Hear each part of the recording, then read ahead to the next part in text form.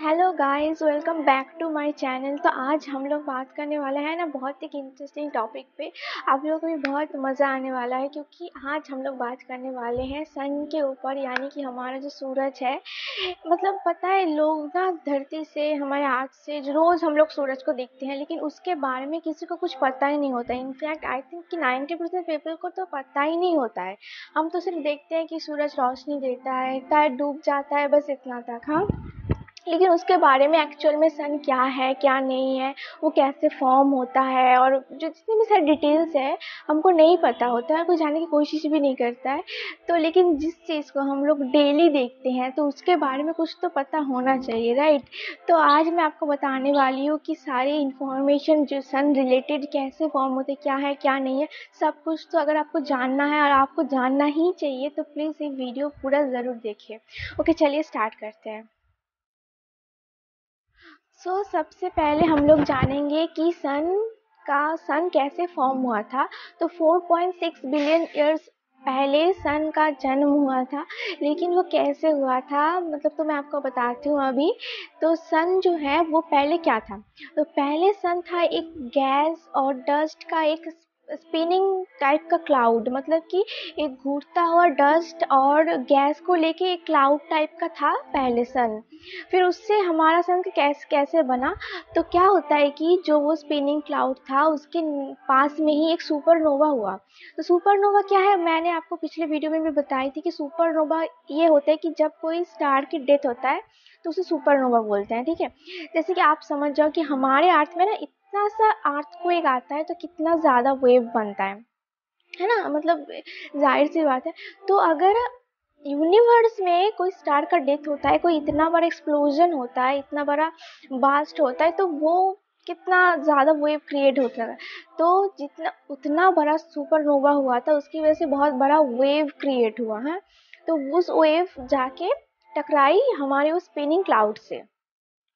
फिर वो spinning cloud क्या होता है, जो गैस से बना था वो अपने ही ग्रेविटी में कोलैप्स हो जाता है, एकदम कोलैप्स होके अपनी ही ग्रेविटी में गिर जाता है और एकदम जो फ्लैट डिस्क है उसकी तरह बन जाता है। फिर धीरे धीरे हमारा सन का जन्म होता है। तो ऐसे ही धीरे धीरे हमारा सन फॉर्म हुआ था। तो आप लोग को पता चल गया कि सन का कैसे जन्म हुआ था, कैसे सन सुपरनोवा से हुआ। तो अभी मैं आपको बताऊंगी कि सन का जो डायमीटर होता है ना, डायमीटर, तो वो होता है 1.4 मिलियन किलोमीटर।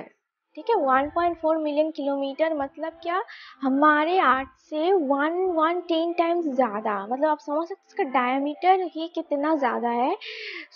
अगर आप मतलब ऐसे सोचो कि सन एक बॉल है, ठीक है।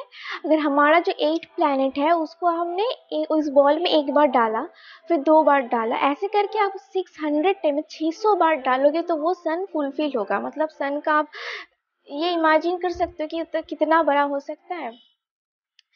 फिर आता है कि सन कैसे बनता है, मतलब किस किस चीज़ों से बनता है। हाँ, हम तो जानते हैं कि सन बहुत गर्म होता है, ऐसे जल जल रहा है, बाकी उसके अंदर क्या है कुछ नहीं पता।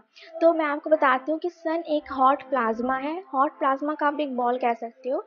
सोच लो, मतलब अब बोलोगे कि हॉट प्लाज्मा क्या है, लेकिन हॉट प्लाज्मा होता है कि मैटर्स का ना फोर्थ स्टेट होता है। कोई मैटर्स का फोर्थ स्टेट होता है तो वो प्लाज्मा में परिवर्तित हो जाता है। तो सन एक हॉट प्लाज्मा का बॉल है जिसमें सबसे ज़्यादा है हाइड्रोजन। ठीक है, तो इसमें हाइड्रोजन और हीलियम मौजूद है। तो उसमें 75% हाइड्रोजन मौजूद है और 25% हीलियम है, ठीक है। तो बाकी 0.77% ऑक्सीजन भी सन में मौजूद है। आप लोग को पता नहीं होगा कि ऑक्सीजन सन में होता है कि नहीं होता है, लेकिन 0.77 की मात्रा में वहाँ पे ऑक्सीजन होता है। और उसके अलावा carbon, ion and silicon, neon, ऐसे भी बहुत सारे गैसेस होते हैं कि बहुत ही कम 0.009 0.006 के मात्रा में, बहुत ही कम। तो आप हिसाब लगा लो कि 90% एक्चुअल में हाइड्रोजन ही है। और आप सोच रही होगी कि जैसे कि समझ लीजिए कि हमारा जो सन है, आपको लगता होगा कि उसका जो ऊपर है नीचे हर जगह एक ही है, पर ऐसा बिल्कुल भी नहीं है। सन का मैं आपको बता दूं कि सन का भी एक लेयर्स होता है, ठीक है। जैसे कि हमारा अर्थ का लेयर होता है ना, ऊपर मिट्टी का लेयर, फिर सॉलिड आता है, फिर एकदम अंदर होता है कि अभी भी आग मौजूद है, अभी भी वो फ्लूइड है। तो अगर आप एयर की भी बात करो तो एटमॉस्फेयर में तो उसमें भी लेयर है, जैसे कि स्ट्रेटोस्फेयर, मेसोस्फेयर, आयनोस्फेयर, ठीक है, इतने सारे लेयर्स मौजूद है। उसके जैसे ही सन में भी लेयर्स होते हैं। सन में 6 लेयर्स होते हैं, ठीक है। पहले आता है कोरोना लेयर, फिर आता है क्रोमोस्फियर, फिर आता है फोटोस्फियर, फिर आता है कॉन्वेक्टिव जोन, फिर आता है रेडिएटिव जोन एंड सबसे लास्ट में सबसे इंपॉर्टेंट लेयर जो होता है वो है कोर लेयर। ठीक है, हो गया सारे 6 लेयर। सन का जो सरफेस है उसका टेम्परेचर होता है 10,000 डिग्री फ़ारेनहाइट, मतलब बहुत ही ज़्यादा। और अगर आप सेल्सियस में बोलोगे तो 5,600 डिग्री सेल्सियस, ठीक है। तो आप अगर सोच रहे होगे कि ये भी कि हर जगह पे सेम टेम्परेचर है, कि ये 10,000 डिग्री फ़ारेनहाइट ही हर जगह पे, ऐसा बिल्कुल नहीं है। जैसे कि मैंने अभी आप लोगों को बताया कि सन के 6 लेयर्स होते हैं, तो उस 6 लेयर के हिसाब से भी टेम्परेचर अलग अलग होते हैं। जैसे कि सबसे पहला जो लेयर है, जो कोरोना लेयर है, तो उस लेयर का डिटेल्स मैं आपको बताती हूँ। उस लेयर में क्या होता है कि जैसे जो लाइट होती है, हाँ, जो रोशनी निकलता है सूरज से, वो है उस फर्स्ट लेयर कोरोना लेयर। अगर आप मान लो कि सूर्य ग्रहण होता है, ठीक है, आप सब लोग तो देखे होंगे सूर्य ग्रहण। सूर्य ग्रहण के टाइम में पूरा ना वो लेयर दिखता है, ठीक है। वो जो लाइट निकलता है वो होता है फर्स्ट लेयर, और वो होता है सरफेस। उस सरफेस में टेम्परेचर इतना होता है 10,000 डिग्री फ़ारेनहाइट, जैसे मैंने आपको बताया, ठीक है। और लेकिन जो कोर जो लेयर है, एकदम सेंटर का जो लेयर है, उसका टेम्परेचर इससे कई गुना ज़्यादा है। अब गेस करो कितना हो सकता है। मतलब 27 मिलियन फ़ारेनहाइट, मतलब 15 मिलियन सेल्सियस, एक्सट्रीम हॉट। तो आप लोग समझ ही गए होंगे कि कोर में कितना ज़्यादा टेम्परेचर होता है और एक्सट्रीम लेवल का ये हॉट होता है। लेकिन एक इंटरेस्टिंग बात भी है कि कोर में क्या होता है, ठीक है, मैं आपको बताती हूँ कि उसमें जो इतना हाई टेम्परेचर है, उसकी वजह से हाइड्रोजन का जो एटम्स होता है ना, वो क्या करते हैं, आपस में टकराते हैं, आपस में कोलैप्स्ड होते हैं और आपस में फ्यूज़ हो जाते हैं एकदम। और फ्यूज़ हो जाने के बाद ना वो हीलियम क्रिएट करते हैं। हाँ, तो जितना भी 25% हीलियम है ना, वो ऐसे ही क्रिएट होता है, और इसको हम बोलते हैं न्यूक्लियर फ्यूजन, जो कि इस कोर वाले पार्ट में एग्जैक्टली होता है, ठीक है। तो अब कितनी इंटरेस्टिंग बात है कि हाइड्रोजन तो मौजूद है ही है, और हीलियम भी ऐसे क्रिएट हो जाता है कोर में। तो आप लोगों को ये पूरी डिटेल्स सारे लेयर्स की पता चल गई है। और एक बहुत ही ज़्यादा इंटरेस्टिंग बात, जैसे कि अर्थ अपने एक्सिस पे रोटेट होता है 24 घंटे में, तो सन भी अपने एक्सिस पे ना रोटेट होता है, लेकिन सन का टाइम लगता है एक रोटेशन कंप्लीट होने में 27 डेज, ठीक है। तो आप लोग ये दिमाग में बिठा लो कि सन भी अपने एक्सिस पे रोटेट होता है, और पूरा जो सोलर सिस्टम है वो भी आगे बढ़ रहा है, और सन अपने एक्सिस पे 27 दिन में रोटेशन कंप्लीट करता है।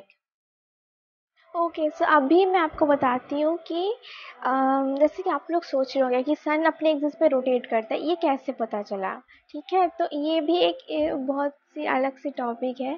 जैसे कि सन जो रोटेट होता है ना, तो हमको इसलिए पता चला कि हम सन का जो सन स्पॉट्स है उसकी वजह से। अब आप बोलोगे कि सन स्पॉट क्या है, तो मैं बताती हूँ, रुको। सो सन स्पॉट होता है कि सन जो पूरा है ना, वो पूरा मैग्नेटिक फील्ड में है, पूरे का पूरा उसमें मैग्नेटिक फील्ड मौजूद है, लेकिन हर जगह पे वो मैग्नेटिक फील्ड सेम नहीं होता है, ठीक है। हर जगह पे मैग्नेटिक फील्ड सेम नहीं होता है, तो जिस जिस जगह पे मैग्नेटिक फील्ड बहुत ज़्यादा हाई एंड बहुत ज़्यादा स्ट्रॉन्ग होता है ना, तो उसी जगह पे ना वो सन स्पॉट बन जाता है, ठीक है। और ये सन स्पॉट जैसे कि हर जगह नहीं हो सकता है, तो जहाँ जहाँ पे सन स्पॉट होता है उस हिसाब से जब सन अपने एक्सिस पे रोटेट होता है ना, तो अभी इस जगह पे सन स्पॉट दिखा, कल उस जगह पे सन स्पॉट दिखा, तब पता चलता है कि सन रोटेट होता है, ठीक है। और हमारे अर्थ जैसा ही ना सन का भी साउथ पोल, नॉर्थ पोल और इक्वेटर मौजूद है। तो इन सारी चीज़ों को आप देखोगे तो आपको पता चलेगा कि सन भी अपने एक्सिस पे रोटेट होता है। ओके, तो ये मतलब आपको पता नहीं था, तो आपको पता चल गया। तो अभी हम जानने वाले हैं सन के रोशनी, मतलब सन के सनलाइट के ऊपर, जिसको हम बोलते हैं सनलाइट, मतलब जो धूप आता है, जो हम लोग रोज़ देखते हैं, सुबह से पूरा दिन रहता है, लेकिन वो सनलाइट में क्या क्या है। वो सनलाइट तो सिर्फ लाइट और या फिर टेम्परेचर और हीट का जो धूप, मतलब धूप है, वो नहीं है। तो सनलाइट जो है वो एक्चुअल में सन का रेडिएशन है, ठीक है। अब आप प्रॉपर लैंग्वेज में बोलोगे तो वो सन का एक रेडिएशन है, जिसमें क्या क्या होता है, जिसमें एक्स रे होता है, गामा रेज होता है, ये जो यूवी लाइट होता है वो भी उस रेडिएशन में मौजूद होते हैं। इनफैक्ट इंफ्रारेड रेज और आप मैग्नेटिक जो रेडिएशन वो सारे उस रेज में होता है, सनलाइट की, सन रेज में, ठीक है। लेकिन हमारी अर्थ का जो मैंने पहले आपको बताया कि स्ट्रेटोस्फीयर, आयनोस्फीयर, जितने भी ट्रोपोस्फीयर, जितने भी सारे लेयर्स हैं, वहाँ पे वो सनलाइट एकदम फिल्टर होके आती है, तो सिर्फ हमको लाइट मिलता है। लेकिन अभी तो फिर भी यूवी रेज वगैरह भी आते हैं, इतना धूप हो रखा है तो ठीक है, लेकिन इतने सारे रेज होते हैं सन में। तो अब सोचो कि अर्थ से सन का दूरी कितना है, 149.6 मिलियन किलोमीटर दूर से वो लाइट और रेडिएशन हमारे पृथ्वी पे आता है। ओके, सो लास्ट में मैं आपको बताने वाली हूँ कि सबसे अलग एक बात, जो कि है सन हमारा एक प्रोटेक्टर भी है। उसका रीज़न ये है कि जैसे कि सिर्फ अर्थ नहीं, हाँ, जो पूरे हमारे 8 प्लैनेट होते हैं ना, उसको सन प्रोटेक्ट करता है यूनिवर्स के हार्मफुल कॉस्मिक रेज से।